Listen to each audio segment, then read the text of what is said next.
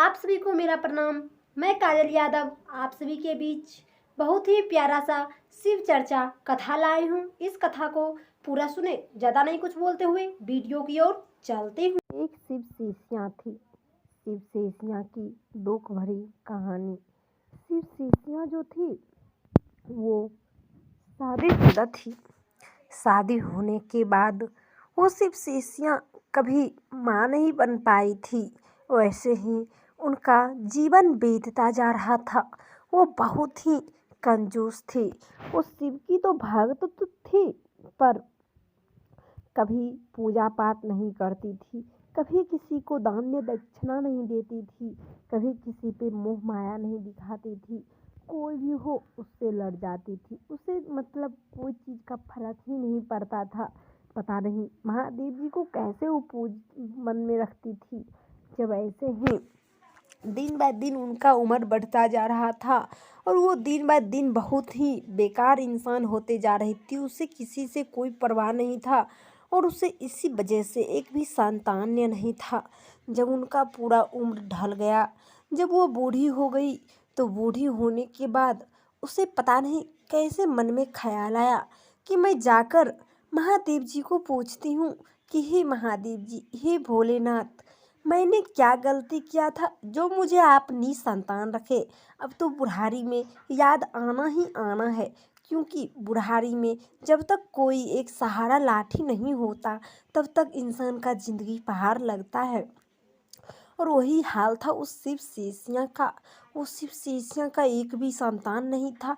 इसी वजह से वो बूढ़ी हो गई थी, तो उसे कोई खाना नहीं देता था, भोजन नहीं देता था। इसीलिए वो हार पार के महादेव जी के मंदिर गई और महादेव जी के मंदिर जाकर और हाथ जोड़कर महादेव जी से कहने लगी, हे महादेव जी, मैंने ऐसा क्या अपराध किया था जो कि आप मुझे निसंतान रखे। मुझे एक भी संतान क्यों नहीं दिए। ऐसे ही महादेव जी के मंदिर जाकर और अपने सर पटक पटक कर रोने लगी। तब देखिए महादेव जी का दया। महादेव जी उधर से आवाज़ में बोले कि देखिए माता, आपने बहुत बड़ा गलती की हो, इसी वजह से आप आज निसंतान हैं। आप यही गलती किए हैं कि आप कभी भी किसी से कोई मतलब नहीं रखते थे, सभी से भेदभाव किया करते थे। दूसरा नंबर, आप कभी तो किसी का पूजन भी नहीं किए, ना ही किसी को दान पुण्य किए। इसी वजह से आज आप निसंतान हैं। भगवान को लगा आप जब किसी को एक कौड़ी कुछ खिला नहीं सकते, कुछ दान पुण्य नहीं कर सकते, तो कैसे आप अपने बच्चे को पालिएगा। इसी वजह से आप निसंतान रहे। ये बात सुनकर बूढ़ी माँ बहुत रोने लगी और अपना सर पटकने लगी और बोलने लगी, मैंने तो बहुत बड़ा पाप कर दिया महादेव जी, मुझसे बहुत बड़ा पाप हो गया। मैं अब क्या करूं, ऐसा क्या करूं जिससे कि मेरा पाप टल जाए। तब महादेव जी कहते हैं, देखिए बूढ़ी अम्मा, आपका पाप एक ही शर्त पे टलेगा, जो कि आप मरने के बाद फिर से जन्म लीजिएगा। तो आप जो जो काम नहीं किए थे वो सारा काम आप कीजिएगा, तभी आपको पुत्र चाहे पुत्री की प्राप्ति होगी, नहीं तो आप निसंतान ही रहिएगा। ये बात सुनकर शिव शिष्या बहुत रोई और महादेव जी से बोली, हे महादेव जी, जल्दी मुझे ऊपर ले जाइए और जल्दी ही मुझे जन्म दीजिएगा, ताकि मैं इस पाप को फिर से टाल सकूं। महादेव जी बोले, जितना आपके नसीब में पाप लिखा है सारा पाप टलेगा, तभी आपका मृत्यु होगा।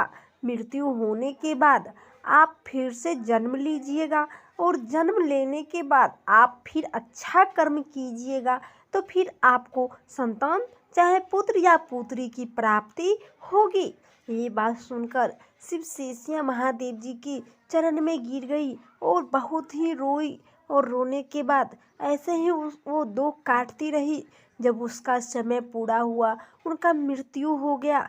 जब मृत्यु हो गया तो महादेव जी की कृपा से गांव समाज के लोग उसका दाह संस्कार किया और दाह संस्कार काम क्रिया करने के बाद कुछ ही दिन बाद जो उनका दाह संस्कार किया, उसी के घर में एक सुंदर सी पुत्री का प्राप्ति हुआ।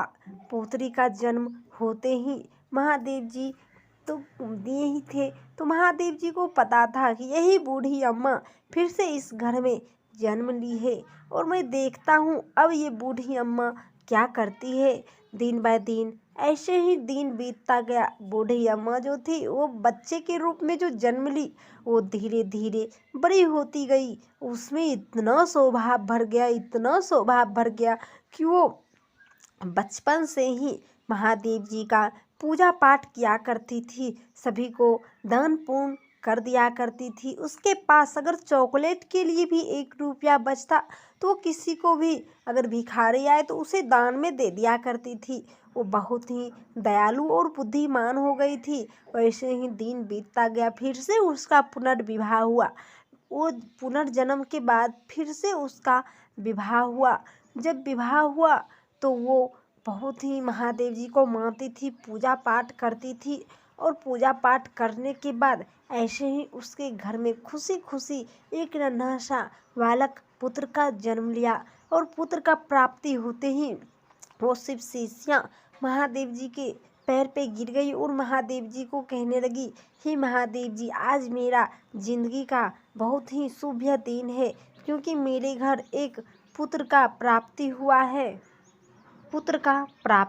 मैं बहुत ही खुश हूँ, इसीलिए मैं आज आपके दरबार पे आया हूँ। और आज मैं आपके दरबार पे खाली हाथ नहीं, मैं आज आपको खुश करने आया हूँ।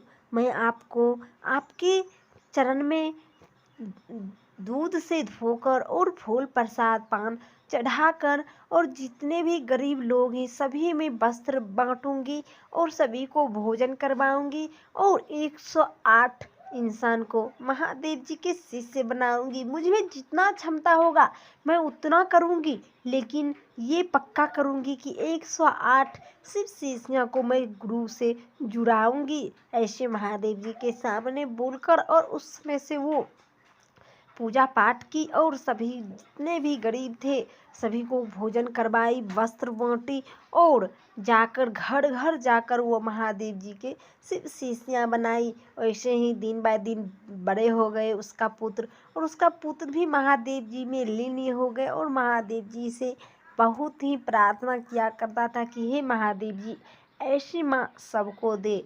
और महादेव जी भी बहुत खुश थे और पूरे घर के परिवार भी खुश थे और साथ साथ शिव शिष्यां भी खुश थी।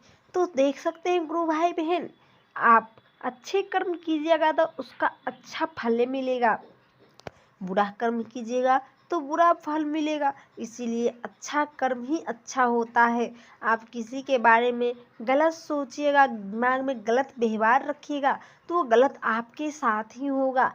कभी भी किसी को तकलीफ नहीं देना चाहिए, बिना काम के किसी को रुलाना नहीं चाहिए। अगर आप दूसरे को रुलाइएगा तो वो आप पे कल्पना पड़ेगा और आप ही रोइएगा। इसीलिए दूसरे को कभी ना रुलाए, ना किसी को कुछ गलत व्यवहार करे। जितना ही बनता है उतना ही कीजिए, पर अच्छा कर्म कीजिए। अच्छा कीजिएगा तो भला कीजिएगा, भला होगा, बुरा कीजिएगा बुरा होगा।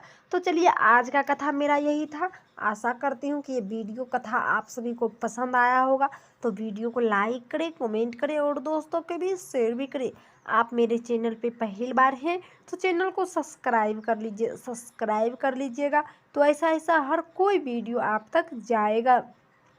तो मिलती हूँ फिर से दूसरे वीडियो में। जय महादेव, हर हर महादेव, जय माता पार्वती।